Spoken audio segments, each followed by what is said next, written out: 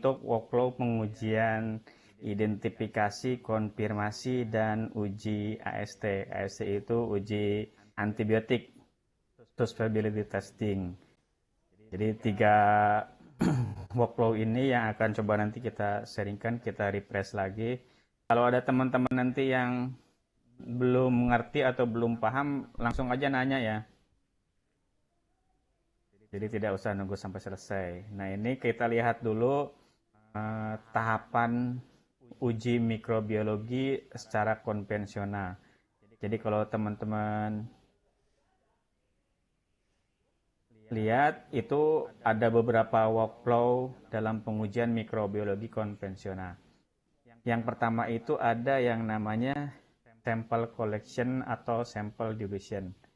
Nah, di sini itu posisinya atau prosesnya si customer atau analis itu melakukan pengambilan sampel atau melakukan pengenceran atau pelarutan sampel. Nah, itu masuknya ke workflow sample collection atau sample dilution. Nah, setelah sampel dilakukan collection atau dilution, artinya si customer punya sampel untuk dianalisa, maka beberapa sampel dalam beberapa workflow pengujian itu harus melakukan proses sample enrichment.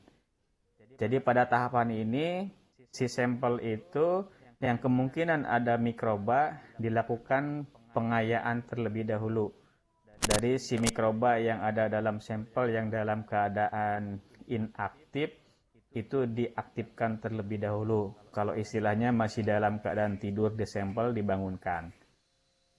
Nah, setelah proses enrichment, maka baru dilakukan deteksi, enumerasi, dan isolasi. Jadi kita akan mendeteksi mikroba apa, atau apakah ada mikroba spesifik atau total mikroba. Itu dalam proses workflow-nya masuk ke workflow deteksi, enumerasi, dan isolasi. Jadi mendeteksi dulu, menghitung, setelah itu mengisolasi bakteri target. Untuk uji selanjutnya, mikroba-mikroba yang patogen, nanti yang terduga, atau istilah sederhananya positif, terduga itu bakteri patogen, maka harus dilakukan uji lanjutan. Uji lanjutannya itu yang pertama bisa melakukan uji identifikasi. Nah, di uji identifikasi ini akan lebih mempertegas dugaan di proses deteksi, enumerasi, dan isolasi. Nah, dari identifikasi itu beberapa bakteri, khususnya yang patogen, itu dilakukan proses konfirmasi. Apakah benar bakterinya Salmonella typhi, Salmonella yang lainnya. Itu dilakukan proses konfirmasi. Nah, setelah itu baru akan ada hasilnya. Bahwa dari sampel yang kita duga ada bakteri patogen, hasilnya ya atau tidak bakteri patogen. Itu adalah workflow secara umum untuk sampel non-clinical. Artinya sampel yang bukan dari manusia atau hewan ya. Jadi hewan di sini juga dikategorikan clinical. Tapi kalau istilah kita masuknya ke veteriner. Itu kategori di non-clinical. Jadi contohnya sampel farmasi, sampel makanan. Nah, ini workflow-nya seperti itu. Nah, khusus untuk sampel clinical di channel rumah sakit, channel laboratorium klinik, atau sampel di veteriner, jadi kategori masuk ke clinical hewan, itu ada pengujian AST. AST di sini adalah antimicrobial susceptibility testing. Jadi uji deteksi antimikrobialnya apa. Jadi setelah kita mendapatkan hasilnya misalkan bakterinya terduga di sini Salmonella. Nah, ini pengobatannya itu apa? Maka dilakukanlah uji AST. Nanti baru di report lagi. Reportnya 2 kali. Yang pertama report untuk identifikasinya atau konfirmasinya. Yang kedua itu report untuk AST-nya. Misalkan ada pasien terduga dia terkena penyakit tipes. Maka sampel yang akan diambil yang pertama darah. Nanti dilakukan enrichment kalau memerlukan, dilakukan deteksi isolasi, dilakukan identifikasi, konfirmasi, baru terakhir misalkan oke dia positif terkena Salmonella typhi, Maka obat yang cocok untuk sampel itu apa? Nah, itu di tahapan terakhir itu di pengujian AST. Nah, cuman AST ini memang hanya ada di workflow-nya untuk sampel klinikal, baik klinikal untuk human ataupun untuk veteriner. Nah, ini adalah produk-produk apa saja yang sebenarnya bisa kita tawarkan dari masing-masing workflow. Jadi yang pertama, pada workflow sample collection, produk oxoid rimel atau termo yang bisa kita tawarkan yang pertama adalah transport swab yang katalognya TS001. Nah, ini adalah kit atau swab untuk pengambilan sampel-sampel yang biasanya di clinical. Atau bisa juga kalau di industri itu untuk sampel-sampel environmental monitoring. Yang kedua adalah dia masih kategori masuknya ke ranknya produk transport collection. Nah, tapi di sini khususkan untuk virus. Nama produknya adalah PTM. Jadi kalau di kita itu katalog yang R12587 kalau untuk rimel atau juga ada produknya Tracer. Itu PTM. Bedanya yang transport swab yang pertama itu untuk bakteri, tapi kalau PTM itu untuk virus. Nah, itu ada bedanya di media transportnya. Kalau di transport swab, media transportnya amis agar yang dia khusus untuk bakteri. Kalau di PTM itu medianya khusus untuk memang pertumbuhan virus. Yang selanjutnya ada produk air sampler. Nah, produk air sampler ini juga kategori ke sample collection karena dia adalah alat untuk pengambilan sampel udara yang akan diuji secara mikrobialnya. Makanya di sini masuk ke workflow sample collection. Nah, produk lain yang masuk ke range produk sample collection adalah anaerobic compact atau juga bisa anaerobic jar. Nah, di sini adalah untuk mengambil atau mempertahankan isi sampel yang diambil dalam suasana anaerob. Itu khusus untuk sampel-sampel yang bersifat anaerob. Produk selanjutnya yang bisa ditawarkan di sample collection adalah signal blood culture. Jadi ini yang sampel untuk screening darah atau collection darah berdasarkan manual atau tradisional. Nanti dari kits ini kita akan tahu bahwa darah yang kita ambil itu mengandung kontaminan atau tidak. Jadi screening. Nah, kalau yang untuk otomatiknya teman-teman bisa menawarkan yang Versatrack. Itu adalah produk-produk di DIPA khususnya termo yang bisa ditawarkan untuk workflow sample collection. Selanjutnya adalah untuk sample enrichment. Nah, kalau enrichment di sini hanya produk DCM yang bisa dipasarkan. Nanti contohnya apa? Contohnya enrichment untuk salmonella, itu ada BPW. Itu salah satu contoh. Yang selanjutnya adalah workflow deteksi, enumerasi, dan isolasi. Nah, di sini produk range yang bisa ditawarkan adalah yang pertama signal blood. Nah, kenapa signal blood di sini walau sudah masuk ke sample collection, juga masuk ke workflow detection. Karena dia di signal blood culture atau Versatrack, dia akan mendeteksi. Jadi selain dia pengambilan sampling, juga dia akan mendeteksi apakah terjadi kontaminan dalam darah atau tidak.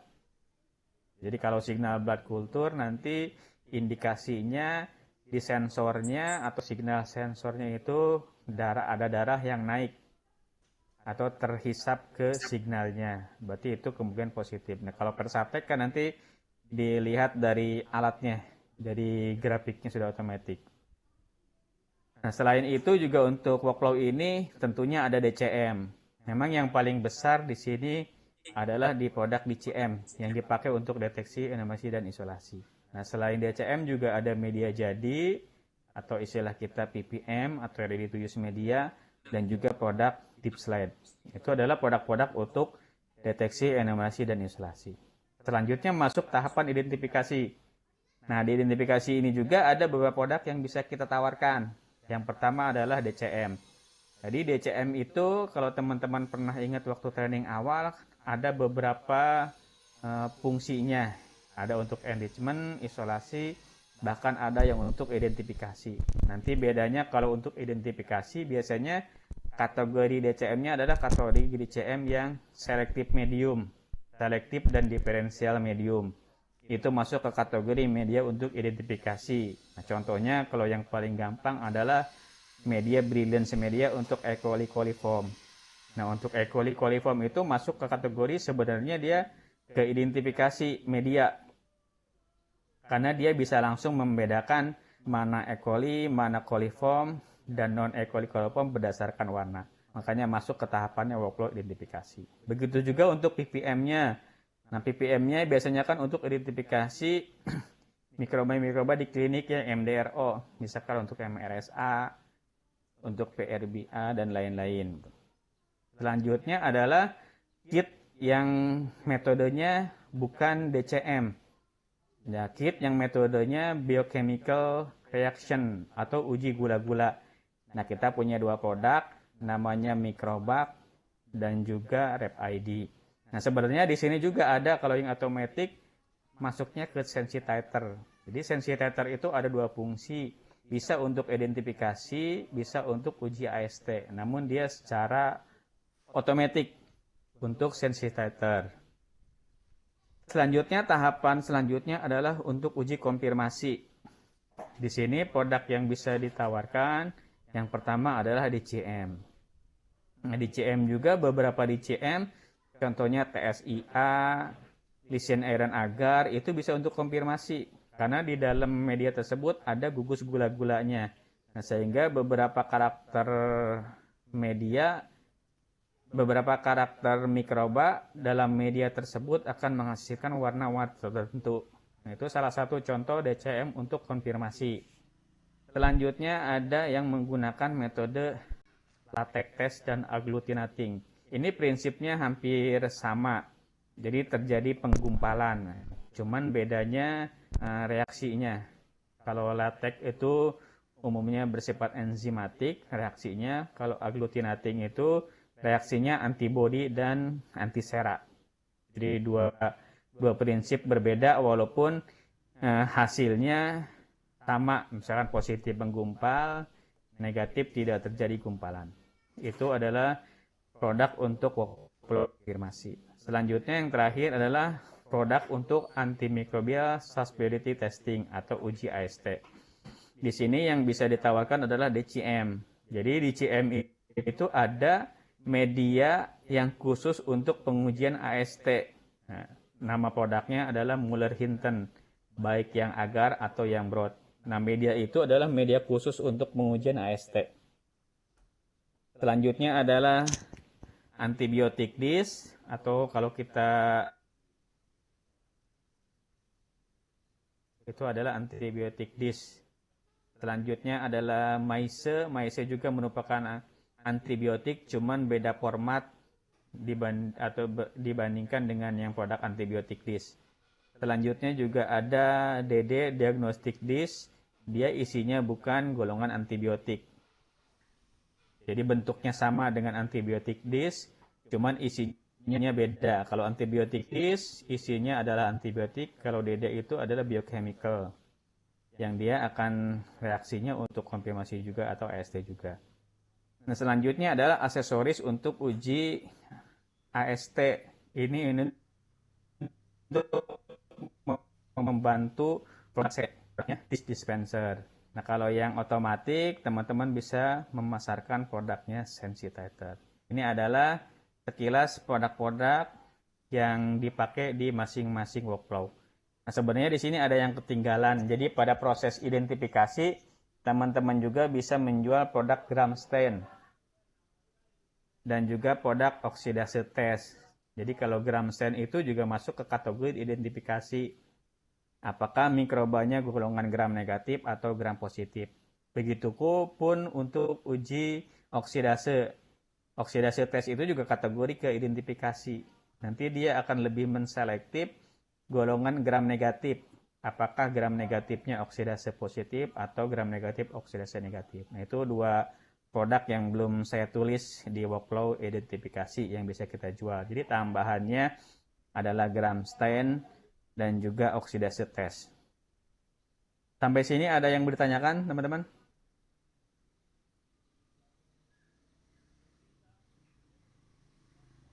Belum ya? Udah jelas ya? Belum, Pak. Oke. Nah, kita lanjut masuk ke identification konfirmasi. Jadi kita pisahkan dari uji AST. Nah, kenapa uji identifikasi dan konfirmasi ini digabung? Karena sebenarnya sering berkaitan. Kadang-kadang orang ada yang ngomongnya identifikasi, nah, cuman kadang-kadang beberapa analis itu bukan identifikasi tapi konfirmasi. Makanya workflow-nya itu sama, identifikasi dan konfirmasi. Jadi untuk identifikasi dan konfirmasi itu adalah untuk hasil yang positif dikonfirmasi. Jadi konfirmasi hasil yang positif. Nanti ada dua metode yang saat ini beredar di customer untuk konfirmasi hasil positif atau untuk identifikasi dan konfirmasi. Yang pertama dengan menggunakan metode konvensional.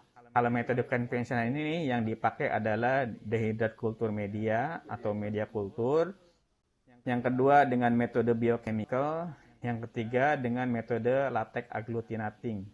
Ini tiga metode yang dipakai untuk pengujian konfirmasi hasil positif dengan metode konvensional. Nah, ini ada kelemahan dan ada kelebihannya. Nah, kalau kelebihan metode konvensional dengan biochemical, media, dan latex, itu harganya relatif lebih murah.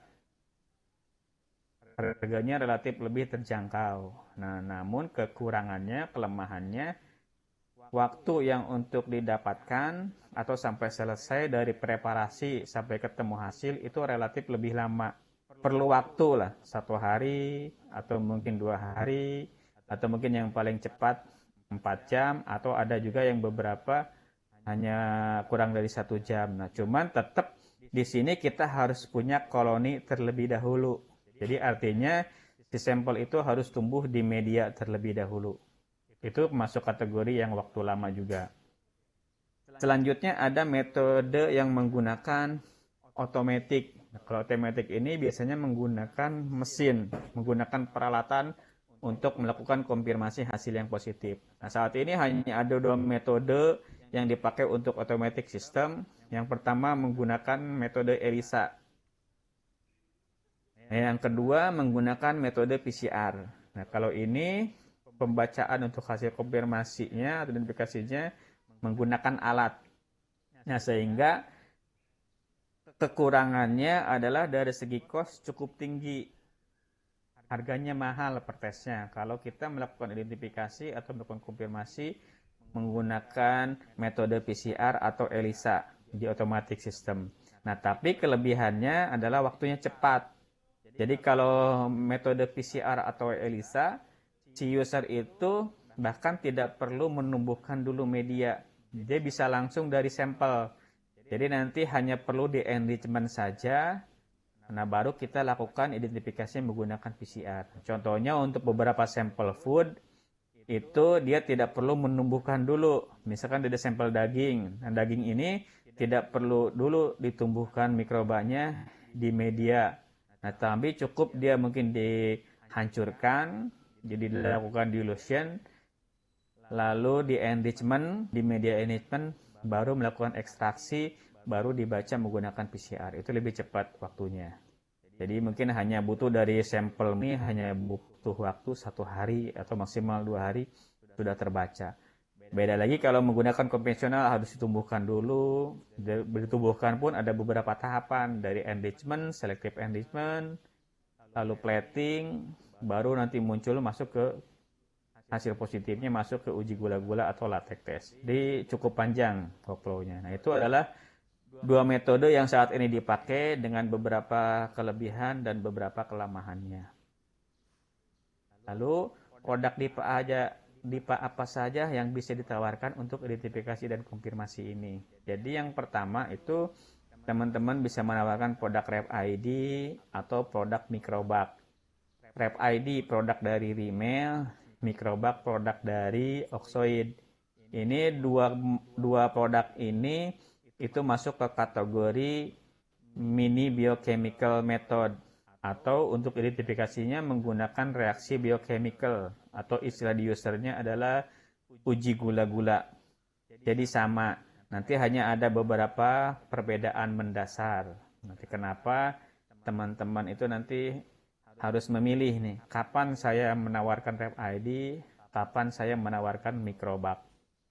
Nah, untuk lebih detailnya sebenarnya nanti kita lakukan training khusus lagi atau teman-teman bisa baca sendiri dari materi presentasi bedanya antara rep ID dan microbug. Saya di sini tidak akan bahas detail karena kalau bahas detail waktunya nggak cukup kayaknya. Bisa sampai tengah malam. Nah, yang kedua itu untuk Salmonella testing. Ini dia khusus untuk Salmonella spesies dengan metodenya metode penggumpalan atau agglutinating method. Yang ketiga, kita bisa menawarkan E. coli O157 latex test. Ini khusus untuk E. coli O157 dengan metodenya adalah metode penggumpalan atau agglutinating. Selanjutnya untuk Staphylococcus aureus kita juga bisa menawarkan produk Stapaurec. Di sini metodenya menggunakan agglutinating method. Nah, selanjutnya adalah kita bisa menawarkan untuk E. coli, bisa menawarkan untuk Salmonella, Haemophilus, Neisseria, Shigella, dan Vibrio dengan menggunakan metode agglutinating. Nah, selanjutnya kita bisa menawarkan produk Sensitizer untuk melakukan ID dan AST secara otomatis dengan metodenya pembacaannya menggunakan instrumen.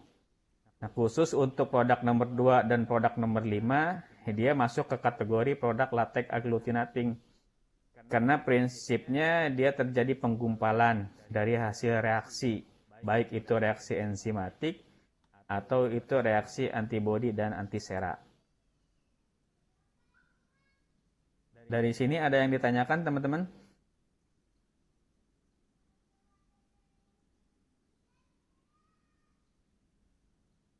Jadi ini balik lagi ke basic. Teman-teman juga harus ngerti basicnya. Kenapa kita harus mengetahui prinsip dari identifikasi. Jadi kalau secara umum, secara general, identifikasi ini sebenarnya ada beberapa tahapan. Jadi yang pertama dimulai dari kita melakukan kolonial morfologi. Jadi kita melihat bentuk dari masing-masing bakteri yang tumbuh di media. Nah, sebenarnya masing-masing bakteri, masing-masing mikroba itu punya karakter tersendiri, baik itu dari warna, dari besar atau kecil, atau mungkin bentuknya dia bulat atau lonjong, atau apakah dia glossy atau dop, mengkilat atau tidak. Itu sebenarnya bisa dilihat secara visual langsung.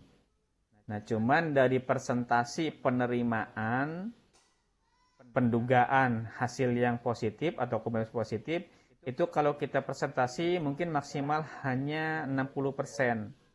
Nah, sehingga hasil penerimaan 60% ini tidak bisa dipakai patokan untuk meyakinkan hasil yang positif atau terduga positif bakteri patogen. Maka diperlukan uji lanjutan. Biasanya uji lanjutan yang pertama adalah melakukan proses pengujian mikroba atau pengujian bakteri dengan istilah kita namanya gram atau gram stain. Nanti di situ baru akan lebih mengerucut apakah bakteri ini masuk ke kategori gram negatif atau termasuk ke bakteri gram positif. Nah, di situ pun tidak cukup untuk meyakinkan bahwa yang kita uji ini misalkan benar bakteri patogen Salmonella. Nah, karena ternyata dari beberapa bagian pewarnaan gram itu masih bersifat general. Nah, sehingga kalau dipresentasi mungkin baru sekitar 70% hasil probability-nya atau hasil penerimaannya. Makanya perlu dilakukan uji lanjutan. Jadi kalau nanti hasil mikroskopis atau hasil pewarnaan gram dia kategori gram negatif, itu harus dilakukan uji lanjutan menggunakan uji oksidase. Apakah dia oksidasenya positif atau oksidase negatif. Nah, untuk yang gram negatif seperti itu uji lanjutannya. Nah, khusus untuk gram positif, uji lanjutannya beda. Bukan melakukan uji oksidase, tapi melakukan uji katalase. Apakah katalasenya positif atau katalasenya negatif. Nah, dari masing-masing pewarnaan gram dan uji lanjutan oksidase, itu sudah lebih mengerucut lagi. Contohnya, kalau setelah kita melakukan pewarnaan gram, ternyata muncul hasilnya adalah gram negatif. Nah, maka dilakukanlah uji oksidase. Nah, uji oksidase contohnya misalkan hasilnya adalah oksidase negatif. Nah, maka itu sudah mengerucut. Misalkan contohnya E. coli. E. coli ini kategori oksidase negatif dan gram negatif.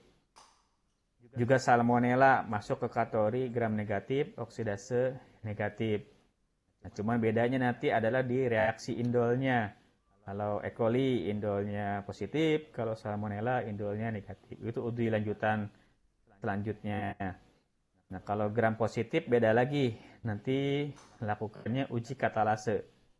Kalau katalasenya positif, berarti dia golongan Staphylococcus. Kalau katalasenya negatif, golongan Streptococcus. Nah, dari uji lanjutan pewarnaan gram dan oksidasi katalase, ternyata juga tidak cukup. Jadi kalau segi probability itu mungkin maksimal hanya di 85%. Nah, sehingga diperlukan uji lanjutan untuk lebih meyakinkan. Nah, karena syarat dari penerimaan uji identifikasi dan konfirmasi itu harus di atas 95%. Nah, uji lanjutannya banyak variasinya. Tadi ada menggunakan media, ada menggunakan biochemical, ada menggunakan latex test. Jadi tinggal pilih dari hasil pewarnaan gram, bisa memilih customer apakah dilakukan menggunakan uji media selektif diferensial, contohnya tadi media brilliance media untuk E. coli coliform atau brilliance media untuk salmonella. Atau menggunakan biochemical, menggunakan RepID, menggunakan mikrobak, atau menggunakan uji latex. Misalkan tadi untuk salmonella menggunakan salmonella test kit. Untuk Staphylococcus aureus menggunakan Staphylococcus. Itu pilihan. Nanti pilihannya kita menggunakan apa? Ya tergantung ke referensi metode yang customer pakai. Biasa contohnya ISO. Nah, ISO biasanya mensyaratkan untuk uji konfirmasi menggunakan biochemical. Nah, biochemical berarti pilihannya RepID atau mikrobak. Itu adalah pilihan-pilihan yang bisa dipakai untuk pendugaan yang bisa menghasilkan probability 90%. Nah, sehingga dari pengujian lanjutan menggunakan media selektif diferensial, menggunakan metode biochemical, menggunakan metode latex agglutinating, itu probability-nya meningkat menjadi di atas 90%. Nah, kalau probability pendugaan hasil yang positif di atas 95 sudah kita bisa simpulkan. Sudah bisa user simpulkan bahwa bakterinya iya. Misalkan kalau positif salmonella berarti iya, dia adalah salmonella. Itu workflow identifikasi konfirmasi dari awal sampai akhir. Nah, kita bahas satu produk yang untuk identifikasi secara biochemical. Dia masuk ke kategori konvensional.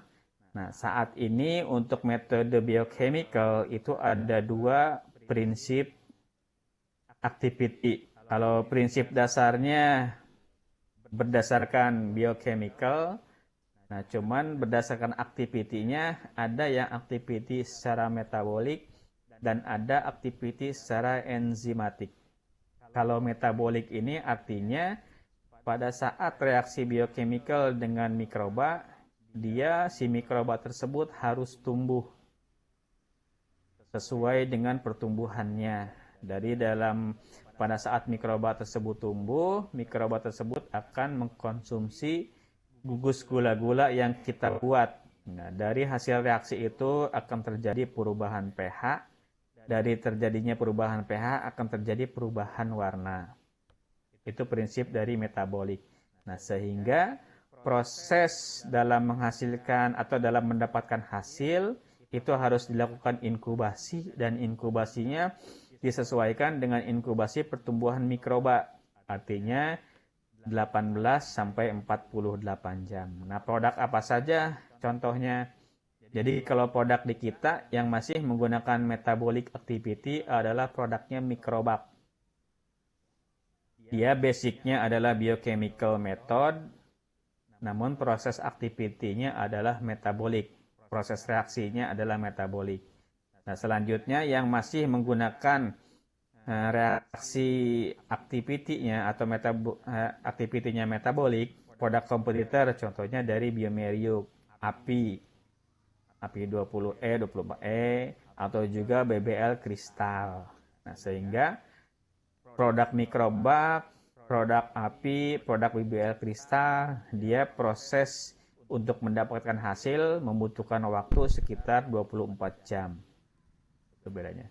Nah, cuma si produk bioMérieux yang API juga dia punya yang prosesnya aktivitinya itu berdasarkan enzimatik. Nah, lalu kita beralih ke yang metode prinsip biochemical dengan reaksi atau aktivitinya enzimatik. Nah, kalau produk kita di sini salah satunya adalah produk RFID. RFID ini sama basicnya dengan produk mikrobak, dengan produk API yang punya bioMérieux, dengan produk BBL Kristal yang punya BD, namun prinsip aktivitinya berbeda menggunakan reaksi enzimatik. Nah, kalau reaksi enzimatik di sini kita tidak perlu menunggu si mikroba atau bakteri yang kita akan identifikasi itu untuk tumbuh. Nah, cuman di sini kita akan mengambil enzim tentu atau spesifik enzimatik yang ada di masing-masing mikroba. Nah, sehingga keunggulannya dibanding dengan yang menggunakan aktivitinya metabolik, proses dari reaksi enzimatik itu akan lebih cepat. Makanya kenapa produk RFID ini proses inkubasinya hanya membutuhkan waktu 4 jam. Dari prinsip reaksinya yang berbeda. Dia reaksinya menggunakan reaksi enzimatik. Jadi enzim spesifik yang ada di mikroba akan bereaksi dengan gugus gula-gula yang sudah dibuat. Nanti basicnya akan sama, terjadi perubahan pH. Dari perubahan pH itu akan terjadi perubahan warna. Jadi kalau metode dasarnya sama, terjadi perubahan pH, terjadi perubahan warna. Cuman basic reaksinya yang berbeda, metabolik dan enzimatik. Itu teman-teman bedanya produk yang mikrobak atau EPI atau BBL Kristal dengan produk RFID. Jadi kalau nanti ada yang nanya, kenapa kok RFID bisa lebih cepat dibanding yang sudah saya pakai atau mungkin dibanding yang mikrobak, ini jawabannya. Jadi RFID ini merupakan teknik baru lah yang dirancang oleh prinsipal untuk mendeteksi mikroba, khususnya bakteri, dengan reaksi dasar biochemical yang berdasarkan aktiviti enzimatik atau aktivitas enzimatik. Sehingga RFID ini secara metode dia cukup sensitif karena tidak perlu bakteri tumbuh. Yang kedua juga sangat akurat dan cepat, mudah pembacaan dan penggunaannya, dan yang paling utama adalah hemat waktu atau time savingnya cukup tinggi. Tadi kan kalau inkubasi secara metabolik dia butuh waktu 24 jam. Nah, kalau yang RFID yang reaksinya enzimatik hanya perlu waktu 4 jam. Jadi ada selisih waktu 20 jam di customer untuk mendapatkan hasil. Itu RFID system. Jadi dia bisa mendeteksi atau mengidentifikasi lebih dari 400 mikroba dengan pembacaannya oleh satu software. Jadi mikrobak, EPI, BBL Kristal, pembacaannya tetap sama menggunakan software. Nanti softwarenya aja yang berbeda. Nah, keunggulannya adalah inkubasinya hanya maksimal 4 jam. Nanti ada satu kit RFID, yaitu RFID untuk urin atau RFID SSU, dia hanya 2 jam inkubasinya. Dan yang paling penting lagi adalah tagline-nya dari RFID, one step inoculation. Jadi pada saat kita memasukkan suspensi bakteri ke dalam sumuran atau ke dalam lubang yang berisi gula-gula, tidak perlu melakukan pipetting satu-satu. Nah, kalau produknya API, itu dilakukan proses pipetting satu-satu. Begitu pun produknya mikrobak, dilakukan proses pipetting satu-satu. Nah, kalau ini enggak. Kalau si RFID cukup sekali pipet, nanti pipet di ruangan kosong yang tidak ada gula-gulanya, disebarkannya hanya tinggal yang goyang, setelah merata baru dituangkan ke yang ada gula-gula. Ini sama prinsipnya dengan BBL kristal. BBL kristal pun tidak perlu memipet satu-satu, jadi cukup nanti ada wadah khusus, dia akan merata sendiri. Cuman bedanya kalau dengan BBL kristal kita lebih cepat 4 jam. Dan juga pembacaannya, hasil reaksi warnanya kalau punya Rep ID tidak perlu memerlukan alat khusus.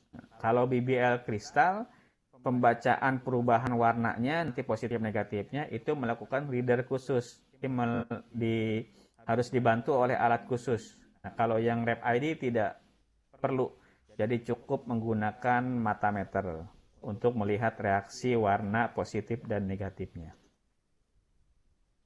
Tadi keuntungannya sudah disampaikan, peningkatan produktivitas karena waktu yang dibutuhkan hanya 4 jam maksimal, sehingga sangat mengurangi penentuan hasil pada saat di QC, apakah ya sampel ini mengandung bakteri patogen atau tidak. Tidak perlu reagen mineral oil tambahan untuk melapisi reaksi gula-gulanya. Jadi kalau di rumah sakit tentunya untuk ke pasien yang harus ada tindakan khusus akan lebih cepat. Ini masing-masing kitnya. Ada yang namanya nanti Rep ID ANA 2 untuk anaerob, tadi Rep ID 1 untuk oksidasi negatif dan gram negatif, Rep ID NF untuk gram negatif, oksidasi positif, NH dan CB khusus untuk sampel klinikal, NH untuk Neisseria dan Haemophilus, CB itu untuk Cyanobacteria. Nanti ada Rep ID yeast, itu berarti khusus untuk yeast, Candida albicans, Saccharomyces. Tapi untuk mold, Aspergillus tidak bisa. Jadi suka banyak yang salah kaprah teman-teman di lapangan. Nanya untuk Aspergillus, Rep ID bisa nggak? Nanti teman-teman tawarkan Rep ID yeast, itu nggak bisa karena Aspergillus itu kategorinya mold. Nah, sedangkan yang bisa diidentifikasi oleh Rep ID yeast namanya Rep ID yeast, berarti golongan yeast, beda ya, itu harus dibedakan. Lalu ada yang untuk sampel urin itu SSU, lalu untuk gram positif nanti kalau katalase negatif menggunakan R, dan kalau katalasenya positif menggunakan yang Staplus. Tahapannya kita harus bikin inokulum dulu dari kultur murni. Lalu kalau dari sampel umum lakukan pewarnaan gram dan oksidasi katalase. Tujuannya untuk memilih kit yang tepat. Jadi kalau teman-teman nanti ada customer yang sampelnya murni, misalkan dari sampel darah atau dari sampel urin. Kalau sampel urin bisa langsung menggunakan SLU, mungkin dari sampel food lah. Sampel food ternyata ada terduga salmonella. Nah, walaupun ada terduga salmonella, teman-teman jangan langsung pakai yang Rep ID 1, tapi bagusnya lakukan pewarnaan gram. Itu untuk memastikan dulu dia benar salmonella atau bukan. Lalu nanti akan dibuat suspensi dengan menggunakan inoculation fluid, lalu nanti akan dibandingkan standar kekeruhannya dengan Macfarlan. Tahap selanjutnya proses inokulasi dengan nanti istilah kita one step inokulasi, cukup 1 kali pipetan, disebarnya secara manual hanya digoyang, lalu dituangkan ke yang ada media. Tahap ketiga nanti inkubasi. Inkubasinya tadi kan ada saya sampaikan ada kit untuk untuk bakteri anaerob, itu Rep ID ANA 2. Nah, karena kita basicnya bukan metabolik, bukan si bakteri itu tumbuh, nah sehingga proses inkubasinya tidak perlu memerlukan jar, tidak perlu membutuhkan suasana khusus yang bersifat anaerob. Jadi inkubasinya umum, di inkubator umum. Nah, suhu inkubasinya 35 sampai 37 untuk kit bakteri dan 30 untuk kit yeast. Nah, khusus untuk Rep ID SSU buat sampel urin, inkubasinya cukup 2 jam pada suhu 35-37. Yang selanjutnya adalah pembacaan. Pembacaannya nanti dari reaksi enzimatik akan menghasilkan warna. Nah, warna inilah yang terjadi di masing-masing gugus gula-gula itu dibandingkan ke color guide. Dari hasil pembandingan color guide akan ketemu kode dari POM isian. Nah, kode inilah yang akan kita nanti masukkan ke software. Hasilnya apa? Itu sekilas tentang Rep ID. Jadi kalau dibandingkan kompetitor, RFID ini secara waktu cepat, hanya 4 jam. Kalau kompetitor, ranknya luas. Memang ada yang setara dengan RFID, yaitu dia produknya EPI. Rapid EPI. Rapid EPI punya bioMeriuk, dia sama basicnya enzimatik, sama dengan RFID, itu 4 jam. Nah, tapi secara umum kompetitor saat ini itu di 48 jam, termasuk yang microbak yang kita punya. Nah, lalu proses inoculation-nya yaitu punya kita ini RFID one step inoculation. Kalau produk komputer rata-rata multi pipetting. Artinya dia memasukkan atau memipet sampelnya ke masing-masing lubang. Proses inkubasinya punya kita semua secara aerob. Kalau produk komputer, walaupun bisa untuk anaerob, dia proses inkubasinya harus menggunakan alat khusus yang membuat suasana anaerob atau menggunakan jar. Karena dia basicnya kan nanti bersifat metabolik. Nanti kalau pembacaan softwarenya menggunakan software dengan basic window sistemnya atau operationnya. Nah kalau yang lain itu ada yang program yang berbeda, jadi bukan umum. Makanya harus beli. Nah kalau punya kita RFID softwarenya itu free. Ini selanjutnya adalah produk microbak. Jadi microbak ini namanya microbak GNB. Jadi GNB ini sangat berbeda dengan RFID. Kalau RFID hampir semua mikroba bisa gram negatif, gram positif. Tinggal kita memilih kitsnya apa yang cocok. Beda halnya dengan mikrobak GNB. Namanya mikrobak GNB. GNB itu kependekan dari gram negatif bakteria. Jadi artinya kalau produk gula-gulanya oksoid yang namanya mikrobak itu hanya bisa mengidentifikasi bakteri gram negatif. Jadi kalau setara dengan produk RFID, berarti di sini setaranya dengan RFID 1 dan RFID NF+. Jadi kalau ada customer yang mau identifikasi golongan gram positif, tidak bisa ditawarkan produk mikrobak. Itu kuncinya. Karena dari namanya mikrobak GNB adalah gram negatif bakteria. Jadi jangan salah ya. Kalau ada customer yang mau identifikasi Staphylococcus atau Streptococcus tidak bisa menggunakan RFID. Kalau RFID itu berarti untuk Salmonella, Shigella, Klebsiella, E. coli, Pseudomonas itu bisa menggunakan mikrobak. Sehingga produk ini untuk identifikasinya lebih sedikit dibanding RFID. Jadi hanya sekitar 100 spesies. Karena dia spesiesnya yang masuk hanya ke golongan gram negatif. Gram positif tidak bisa, yeast tidak bisa. Nah, nanti kitsnya itu akan ada 2 macam. Ada yang khusus untuk oksidase negatif, ada yang khusus untuk oksidase positif. Format pun berbeda. Ada formatnya yang strip. Format yang strip itu sama dengan RFID. Jadi cuma satu bus biochemical. Tapi nanti juga ada juga yang formatnya microplate. Microplate ini lebih banyak. Jadi kalau hanya sampelnya sedikit, cocoknya kalau mau pakai mikrobak tawarkan yang format strip. Tapi kalau sampelnya banyak, lebih efisien, lebih ekonomis menggunakan yang formatnya microplate. Nanti pakainya yang 12A, 12B, atau 24E tergantung ke hasil dari oksidasenya. Apakah dia positif atau dia negatif. Nah ini nanti sama harus punya kultur murni dulu. Nanti sama dilakukan oksidase gram negatif atau apakah dia oksidase positif atau oksidase negatif. Jadi akan dipilih sama, dibikin suspensi dulu dalam salin, baru kita masukkan apakah ke yang modelnya strip atau microplate. Nanti setelah itu baru inkubasi.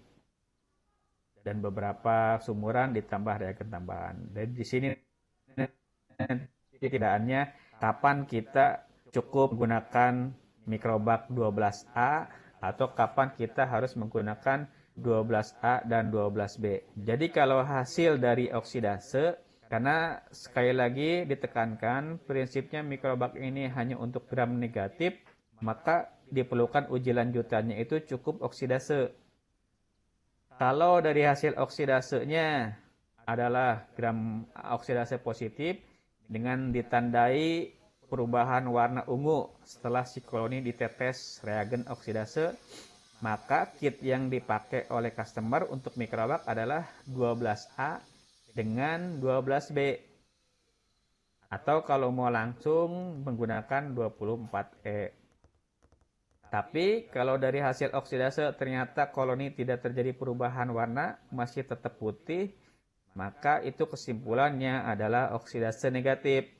Maka teman-teman cukup menawarkan yang 12A atau 12E. Atau mau langsung 24E lebih bagus. Jadi itu pilihannya. Kode belakangnya hampir sama dengan rep ID.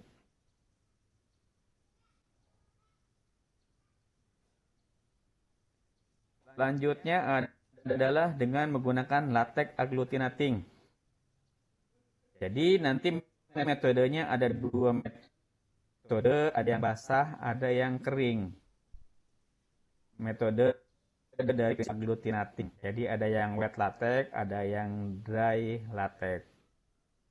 Penggunaannya cukup mudah, hanya koloni nanti diusapkan atau ditaruh ke tempat khusus, diteteskan reagen, nanti digoyang-goyang. Jika terjadi penggumpalan, walaupun penggumpalannya seperti pasir, berarti hasilnya. Tapi kalau tidak terjadi penggumpalan, artinya clear, berarti hasilnya negatif. Jadi sangat mudah penggunaannya, ready to use dan simple isi dalam proses pengerjaannya. Step life-nya memang cukup pendek. Jadi kalau untuk uji identifikasi, konfirmasi, semua produknya itu step life-nya rata-rata 1-2 tahun. Bahkan untuk rep ID, kalau nggak salah, kalau nggak SR atau STAB saya lupa, itu hanya 6 bulan step life-nya. Jadi cukup pendek. Jadi kalau latex test itu, atau latex agglutinating test itu, dia cepat, simple, dan secara visual. Jadi tidak perlu menggunakan alat pembacaannya. Jadi ini prosesnya cukup nanti ditetes salin atau mungkin latex reagen, nanti baru dicampurkan dengan koloni, nanti dicampurkan reagen reaksinya, lalu digoyang-goyang. Kalau terjadi penggumpalan positif, kalau tidak terjadi penggumpalan berarti negatif. Jadi simple. Memang kalau dibandingkan rep ID, latex agglutinating test ini lebih simple dan juga lebih cepat. Yang penting customer sudah punya terduga, lalu bisa dilakukan proses agglutinating. Nah, cuma seperti yang tadi di awal sudah disampaikan, kalau yang latex agglutinating ini hanya terbatas ke beberapa mikroba yang kita punya produknya. Nah, yang pertama tadi kan untuk 7 dan untuk Staphylococcus aureus. Kalau yang untuk yang lainnya kita belum punya. Jadi untuk yang metode agglutinating latex itu kita baru punya 3 produk. Untuk Salmonella, untuk E. coli 157 dan untuk Staphylococcus aureus. Semua metodenya sama. Terjadi penggumpalan berarti positif, tidak terjadi penggumpalan berarti negatif. Nah, selanjutnya adalah agglutinating sera. Agglutinating sera prinsip utamanya sama dengan latex. Nah, cuman reaksinya berbeda. Kalau tadi latex test atau latex agglutinating, dia metodenya enzimatik. Hampir sama dengan rep ID sebenarnya. Cuman beda di zat antibodinya yang dipunyai oleh si mikroba. Nah, kalau yang agglutinating beda lagi. Jadi agglutinating ini prinsipnya adalah antigen antibody. Jadi si produk antisera ini nanti berisi antibody dari mikroba yang akan dikonfirmasi. Nah, kalau antigen ini adalah benda asing yang masuk ke dalam tubuh. Jadi si mikrobanya. Nah, sehingga ini sama dengan prinsip apa ya? Kalau sekarang kita uji COVID kan, nah, uji COVID itu kan antigen. Jadi antigen ini adalah reagennya yang dipunya. Nah, kalau antibodinya itu adalah zat yang diproduksi oleh virus atau oleh bakterinya yang sudah ada dalam sampel, dalam tubuh kita. Sehingga nanti antibodi ini akan bereaksi melawan antigen. Jadi zat yang dipunya oleh si mikroba. Nah, sehingga akan terjadi reaksi. Nah, reaksinya sama, reaksi penggumpalan. Itu prinsip dari antibodi dan antigen atau dari produk kita namanya antisera. Nanti prosesnya ada yang menggunakan slide itu di objek glass atau di glass object, di glass preparat, dan juga ada yang menggunakan metode vial atau tube. Sebenarnya prinsipnya hampir sama, hanya beda wadah. Kalau nanti customer sukanya di gelas preparat atau gelas objek, ya menggunakan gelas objek. Menggunakan metode vial, ya di gelas, di vial. Semuanya prinsipnya sama. Nanti dibikin suspensi dulu, yaitu dengan ditambah salin, dicampur dengan koloni bakteri yang akan kita uji, akan kita konfirmasi. Nanti dimix, dicampurkan, ditetes reagennya, reagen antiseranya. Kalau terjadi penggumpalan berarti positif, kalau tidak terjadi penggumpalan berarti negatif. Sama tadi dengan yang metode latex test. Nah, cuma di sini pun sama. Tidak seluas dari RepID untuk bisa identifikasi, untuk bisa konfirmasinya. Di sini hanya bisa untuk E. coli, untuk Salmonella, Shigella, Vibrio, Haemophilus, dan Neisseria. Jadi range produknya sedikit, tidak sebanyak yang RepID. Ini kalau ini teman-teman tidak perlulah, ini untuk menentukan bakterinya. Apakah dia somatik atau istilahnya O, apakah dia flagellar atau H, atau kapsular K. Punya kita kan kebanyakan contohnya Salmonella, ada Salmonella O, berarti Salmonella itu bersifat somatik, atau ada juga yang bersifat flagellar H. Ini cara pembacaan Salmonella, mungkin juga ini harus ada waktu khusus, karena kalau di sini akan nama bingung nanti. Tapi intinya kalau kita mau melakukan uji konfirmasi menggunakan agglutinating khusus untuk Salmonella, kalau user tidak tahu akan menggunakan antisera jenis apa, nah si user itu harus tahu Salmonella yang akan saya konfirmasi itu Salmonella apa. Karena contohnya Salmonella paratipi A, Salmonella paratipi B, atau Salmonella typhimurium, itu beda produk yang bisa kita tawarkan. Jadi tidak semua produk antisera untuk yang di email ini bisa untuk mengkonfirmasi semua Salmonella. Jadi harus berdasarkan seropar dari Salmonellanya atau serotype dari Salmonellanya itu Salmonella apa. Beda dengan produk kompetitor, misalkan BD atau dulu punya Bio Farma. Nah, dia membuat antisera itu range-nya luas. Memang kelebihannya dia bisa mendeteksi semua tipe Salmonella atau semua seropar Salmonella. Cuman konsekuensinya karena dia bersifat luas, itu semua Salmonella kalau diuji menggunakan antisera tersebut akan bereaksi positif. Nah, padahal dari masing-masing seropal Salmonella ini bisa jadi antibiotik yang dipakainya berbeda dosisnya. Misalkan contohnya Salmonella paratipi menggunakan antibiotik amoxicillin dosis 10 mikrogram sudah mati. Nah, tapi mungkin kalau Salmonella typhimurium menggunakan amoksilinnya harus yang 30 mikrogram, nah, itu berbeda. Makanya di sini harus diyakinkan dulu ini salmonellanya salmonella apa. Nah, kenapa Antisera punya Rimmel ini range produknya cukup banyak. Kan teman-teman bisa baca di katalog. Ada salmonella O, A sampai Z, salmonella O1, O2. Nah, ini berdasarkan ini. Teman-teman contoh bisa lihat. Kalau mau menggunakan O kan di sini ada grup A. Grup itu di sini masuk kategorinya yang seropar tipe A dan tipe A varian Durazo. Ini masing-masing juga berbeda. Begitupun kalau yang grup B masuk kategori salmonella yang somatik, grup B itu tipe Japa dan lain-lain. Nah, kalau menggunakan haknya pun berbeda. Haknya flagellarnya itu ada yang A, ada yang B. Jadi itu pemilihannya. Nanti mungkin harus ada waktu khusus ya, Basisil, kalau untuk menjelaskan ini. Karena nggak cukup. Harus bolak-balik dan harus detail per orang. Baru ngerti cara pembacaan Kaufman ini. Kalau teman-teman masih ada kesusahan, syukur-syukur sih udah ngerti. Jadi bisa menentukan sendiri. Tapi kalau ada kesusahan, nanti bisa minta bantuan Basisil atau saya. Misalkan kalau ada customer, Pak, customer saya atau Basisil, customer saya biasa konfirmasi untuk Salmonella typhimurium. Produk antisera apa saja yang Rimmel punya yang bisa ditawarkan. Nanti Basisil atau saya bisa bantu.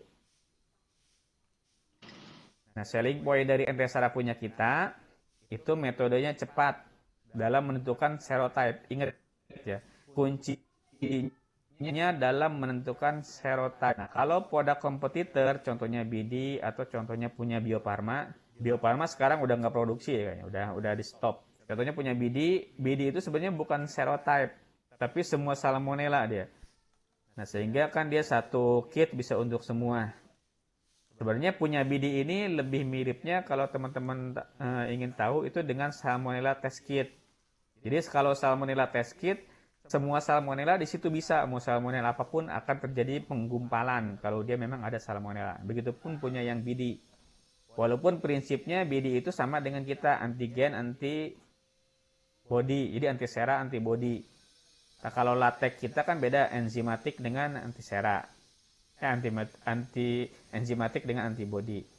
Tuh, bedanya di situ. Tapi kalau sepadan sebenarnya kalau punya produk komputer BD, nah, yang antisera salmonella itu dengan yang punya kita, salmonella test kit.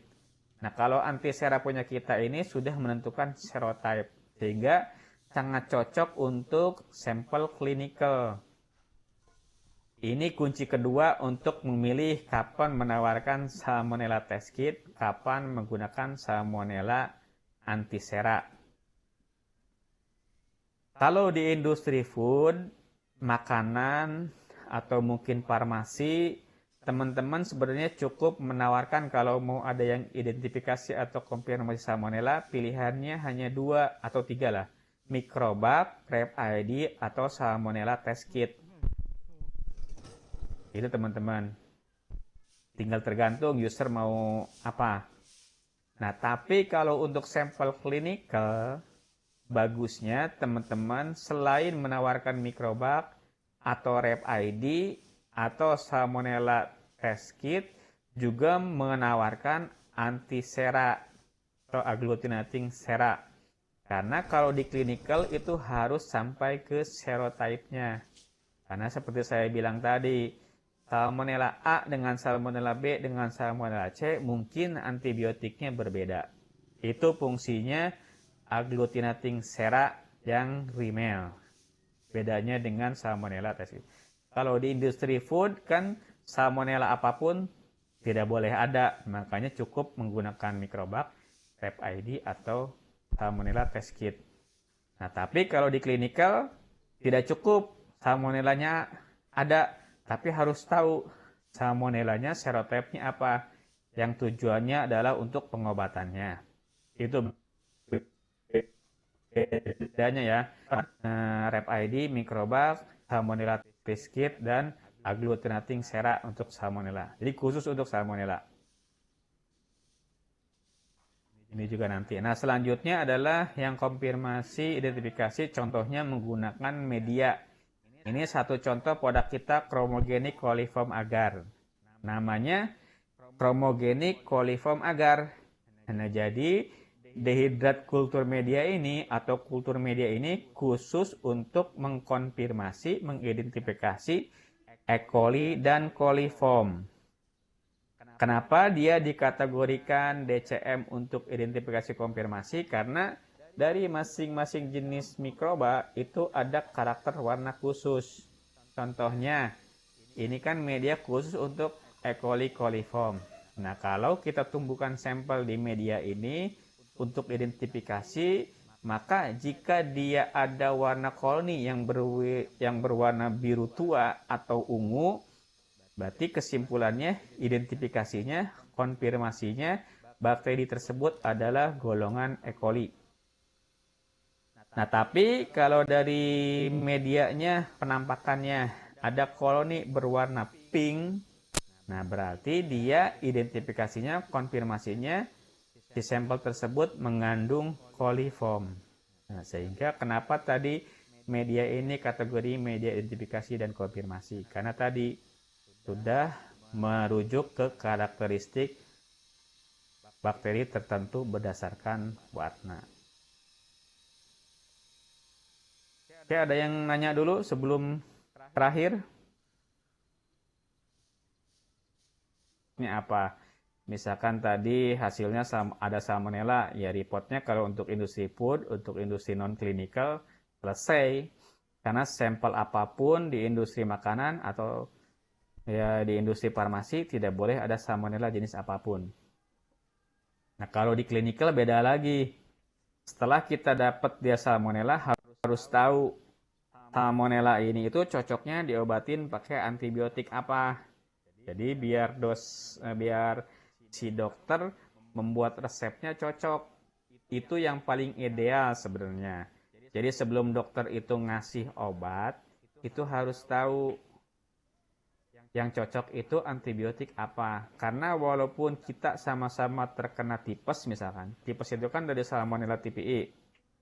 Bisa jadi obatnya beda-beda antara saya, Mbak Sisil, atau mungkin Pak Robi, Bang Altur. Siapapun bisa jadi berbeda obatnya. Mungkin kalau saya baru pertama kali kena tipes, beda dengan Bang Altur yang udah 10 kali kena tipes. Nah, obatnya bisa jadi berbeda. Nah, makanya disitulah peran dari pengujian antimikrobial susceptibility testing. Jadi untuk menentukan dosis antibiotik secara tepat. Jangan sampai istilahnya membunuh lalat tapi menggunakan bom atom. Sama-sama mati, cuman yang matinya semua. Jadi lalat kan cukup ditepuk, mati. Lalatnya doang. Tapi kalau menggunakan bom atom, yang di sekitarnya lalat pun bisa mati. Itu fungsinya dari antimicrobial susceptibility testing. Nah, selain itu juga untuk mengecek alergi sebenarnya. Makanya kan dokter itu kadang-kadang kalau kita ke rumah sakit ditanya, ada reaksi alergi terhadap antibiotik atau enggak?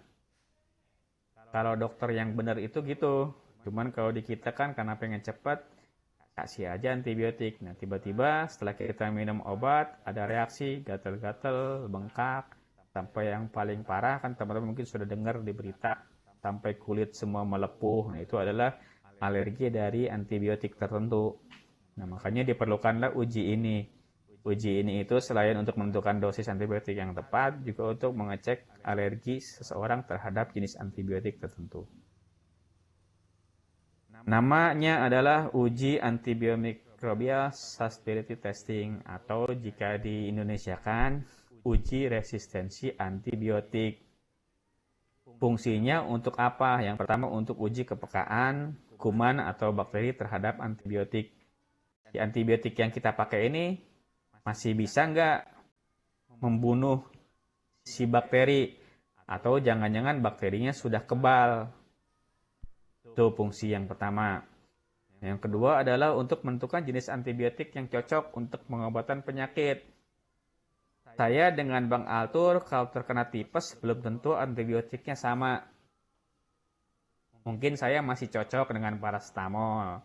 Bang Altur mungkin lebih karena udah keseringan kena tipes, anak kos di Medan ya, sering makan mie instan, harus sama karbapenem yang lebih tinggi, itu bisa beda. Tapi kalau saya langsung dikasih karbapenem, tiba-tiba saya kena tipes lagi, lama-lama karbapenem gak cocok, udah nggak ada obatnya, udah nggak bakal bisa ketolong tuh pasien.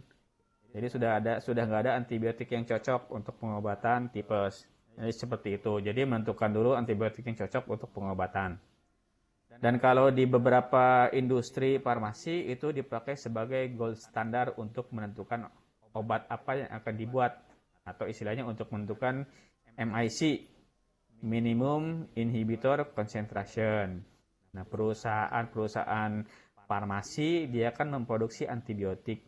Nah, dia harus tahu dulu antibiotik yang saya tambahkan ke obat itu konsentrasinya berapa yang bisa membunuh bakteri di level minimum. Nah, itu dipakai gold standar. Jadi setiap bikin obat tertentu, dia pengennya tahu, obat ini saya buat untuk penyakit tipes. Antibiotiknya cukup segini yang dipakai. Itu fungsinya gold standar di laboratorium. Nah, yang kedua adalah ini langkah pengobatan di rumah sakit untuk infeksi dari mikroba. Jadi fungsinya AST ini untuk mengidentifikasi mikroba dari penyebab penyakit contohnya, karena beberapa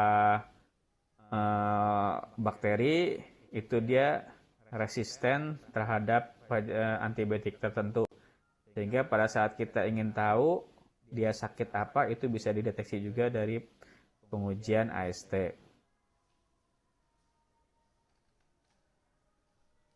Nah, saat ini untuk metode AST ada beberapa metode dalam proses reaksinya atau istilahnya pembentukan zona hambatnya. Jadi yang pertama ini dengan metode disdiffusion.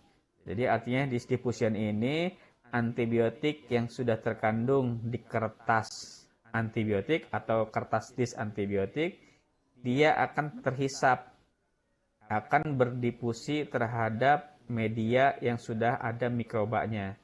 Sehingga nanti hasilnya, kalau si media yang sudah kita tanam bakteri, bakterinya dia masih mati oleh antibiotik, akan terbentuk zona bening. Ini contohnya, di sini kan ada zona bening di sekitaran kertas putih ini. Nah, kertas putih ini yang isinya antibiotik. Nah, kalau yang di sekeliling medianya ini adalah media yang sudah ditanam bakteri. Nah, kalau di sekitar kertas putihnya ini terjadi zona bening, berarti si antibiotik ini masih efektif, masih bisa membunuh dari kuman yang ditanam di media agar. Cuman nanti dilihat lagi diameternya. Ini kan semua antibiotik list ada zona hambatnya nih. Yang kanan bawah zona hambatnya kecil, yang atas zona hambatnya lebih besar. Nah, ini bisa ditentukan antibiotik mana yang cocok untuk dipakai pengobatan bakteri atau kuman ini. Nanti dicocokkannya dengan CLSI. Atau menggunakan gradient diffusion. Nah, kalau gradient diffusion ini satu strip antibiotik mengandung beberapa dosis antibiotik. Nah, sehingga bersifatnya nanti difusinya akan gradien, bukan lingkaran bulat zona bening lagi. Nanti gradien ini pun sama diukur diameternya. Diameter mana yang dia cocok untuk pengobatan. Nanti dicocokkan dengan CLSI. Atau kalau menggunakan alat, nanti yang dicek lebih bagus lagi. Langsung ketemu minimum inhibitor konsentrasinya kalau menggunakan alat. Yang pertama kita coba bahas MIC dulu. Kita punya produknya, cuman kita belum bisa masarkan karena izinnya kita belum dapat. Dan kenapa kita tidak urus izinnya? Karena secara potensi walaupun ada, cuman belum reguler dipakai. Jadi produk MIC ini saat ini kalau di Indonesia hanya dipakai untuk riset atau untuk penelitian saja. Tidak dipakai untuk harian dalam penentuan antibiotik. Kalau di Indonesia, di rumah sakit itu banyaknya masih menggunakan produk-produk CT atau AST. Mice ini sama, jadi dia bentuknya antibiotik sudah jadi di dalam kertas. Cuman bedanya kertasnya di sini berbentuk strip, seperti tes kertas pH. Nah, dia isinya dalam satu strip ada beberapa dosis antibiotik, di beberapa rank dosis. Metodenya sama, masih metode difusi. Cuman pembacaannya berdasarkan gradien. Dosis dari terendah sampai dosis tertinggi. Pembandingannya standar nanti dia masih stability, masih intermediate atau masih resisten, itu nanti dicocokkan dengan TLSI. Jadi kalau stability itu artinya si antibiotik ini masih mempan terhadap kuman yang diuji. Kalau intermediate ini tengah-tengah, dia masih mempan atau tidak, jadi ragu-ragu. Tapi kalau udah resisten, berarti si bakteri ini sudah tidak mempan lagi oleh antibiotik tersebut, jadi sudah tidak terjadi zona hambat. Kalau stability itu ada zona hambatnya, kalau intermediate itu zona hambat tapi ragu-ragu, kalau resisten itu benar-benar sudah tidak terjadi zona hambat. Nah, bentuknya seperti ini. Jadi kayak kertas strip, nanti masing-masing strip ini ada beberapa jenis antibiotik dari level terendah sampai level tertinggi. Standar pembacaan dari AST nanti ada istilah susceptibility. Jadi artinya masih efektif untuk membunuh mikroba. Jadi dapat digunakan dalam pengobatan. Jadi kalau antibiotik hasilnya susceptibility. Nanti ada juga hasil pembacaannya itu intermediate. Intermediate ini artinya dia masih efektif dalam membunuh mikroba, namun harus ada perlakuan treatment lagi untuk memvalidasinya. Apakah benar masih efektif atau sebenarnya sudah kurang. Nah, yang terakhir ini nanti hasilnya adalah resisten. Jadi artinya kalau resisten ini sudah tidak dapat membunuh lagi mikroba. Jadi artinya antibiotik ini sudah tidak efektif dalam pengobatan, dalam treatment. Jadi percuma kalau ada antibiotik yang sudah resisten diminum oleh pasien, ya tidak akan sembuh karena dia sudah tidak efektif lagi dalam membunuh mikroba tersebut. Range produk AST yang kita punya, yang pertama adalah disantibiotik atau istilahnya antimicrobial susceptibility dis. Metodenya adalah distribution. Nanti pembacaannya dengan adanya zona hambat atau clear zone atau zona bening.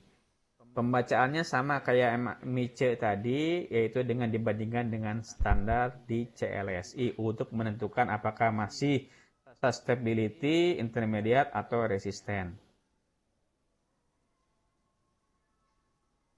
Kalau AST itu dibentuknya adalah kertas cakram, jadi kertas bulat yang kira-kira diameternya 6 mm yang dia sudah mengandung zat antibiotik dengan dosis tertentu.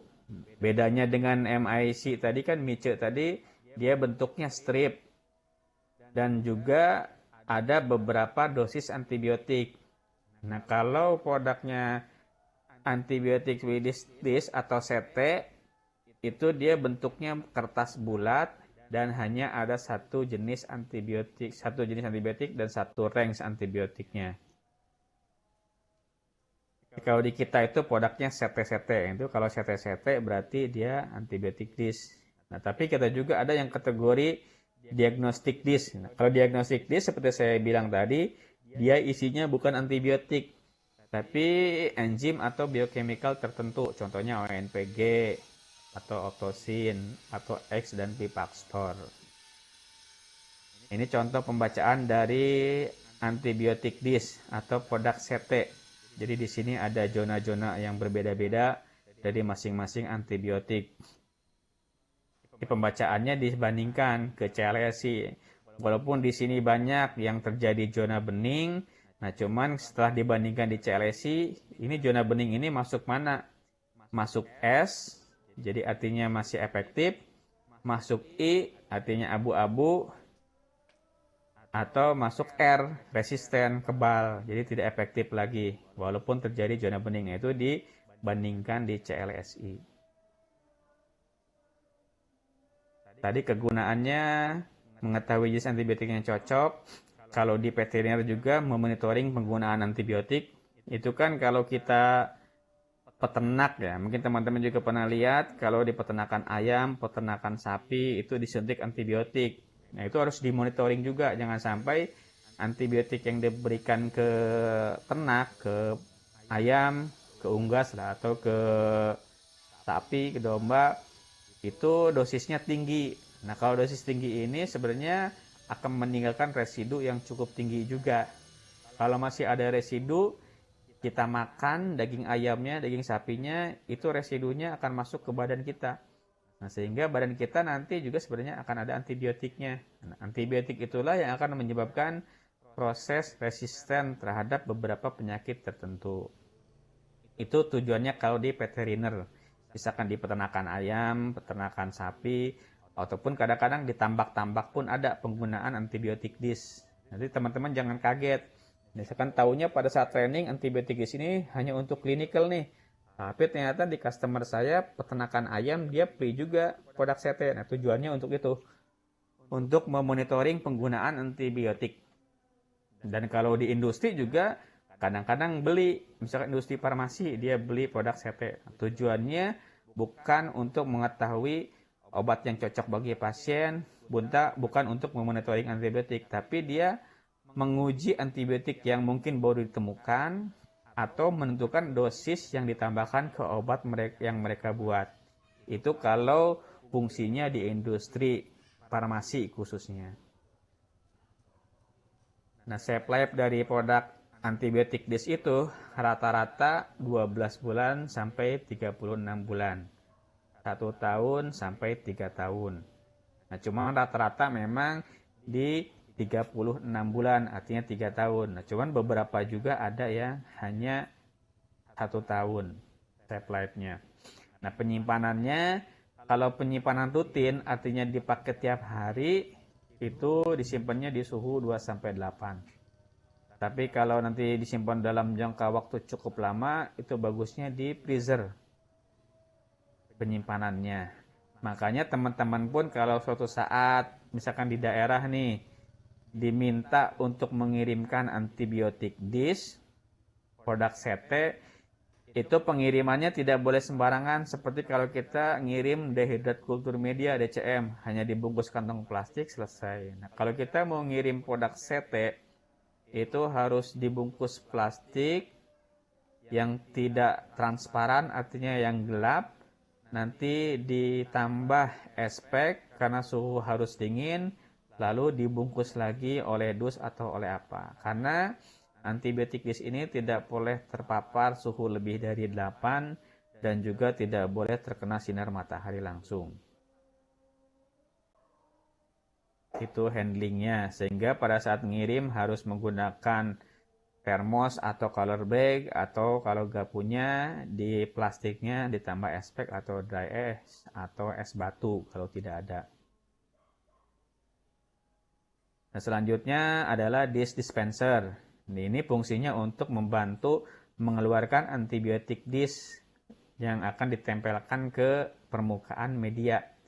Kalau manual kan menggunakan pinset, diambil satu-satu. Itu kalau penggunaannya banyak akan merepotkan di user.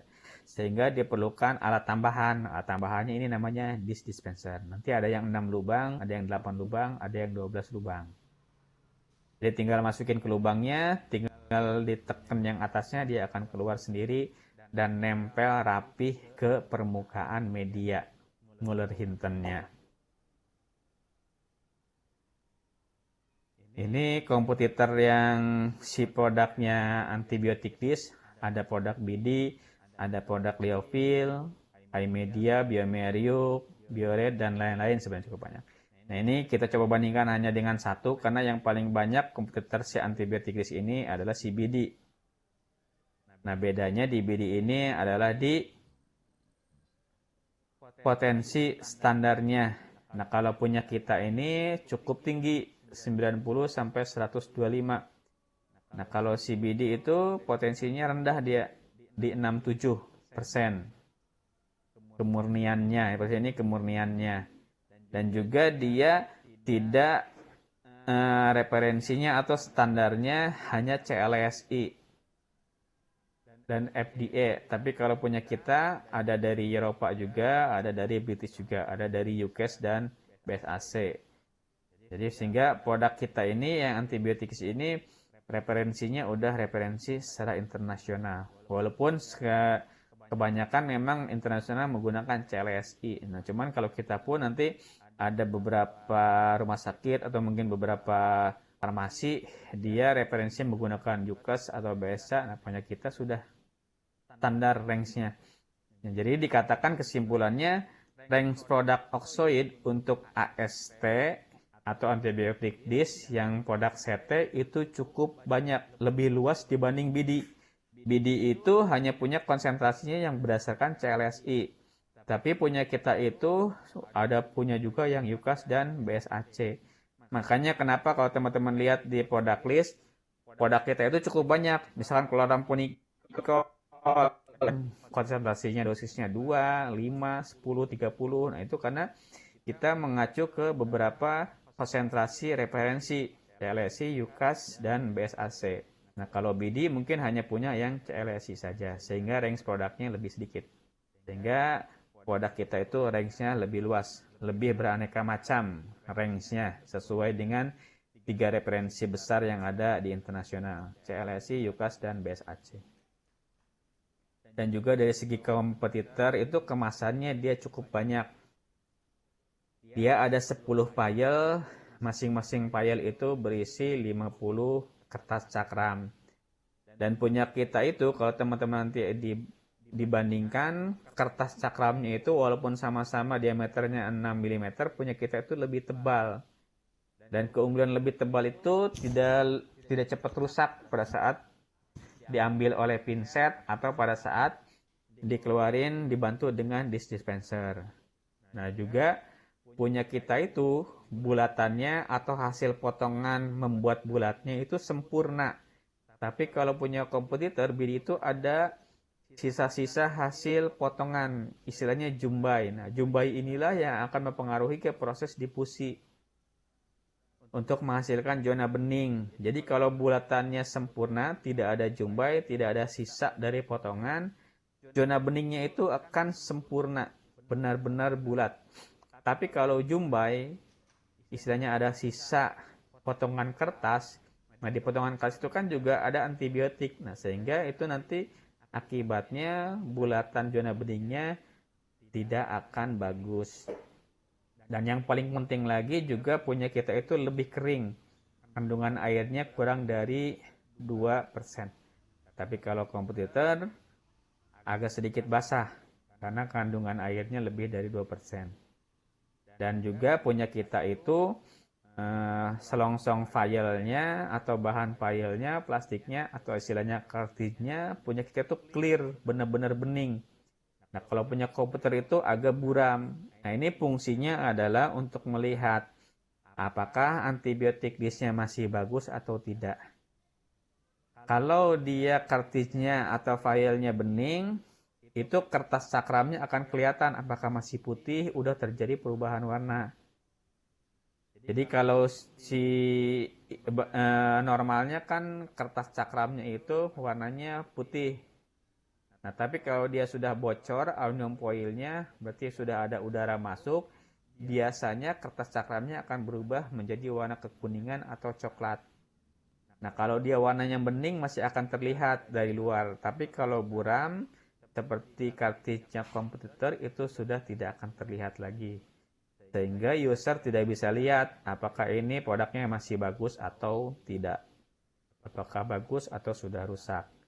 Dengan tadi ditandai kertas cakramnya terjadi perubahan warna yang harusnya putih menjadi ada bercak kuning atau menjadi coklat. Itu tandanya sudah terjadi kebocoran yang ada udara yang dia terhisap oleh kertas cakramnya.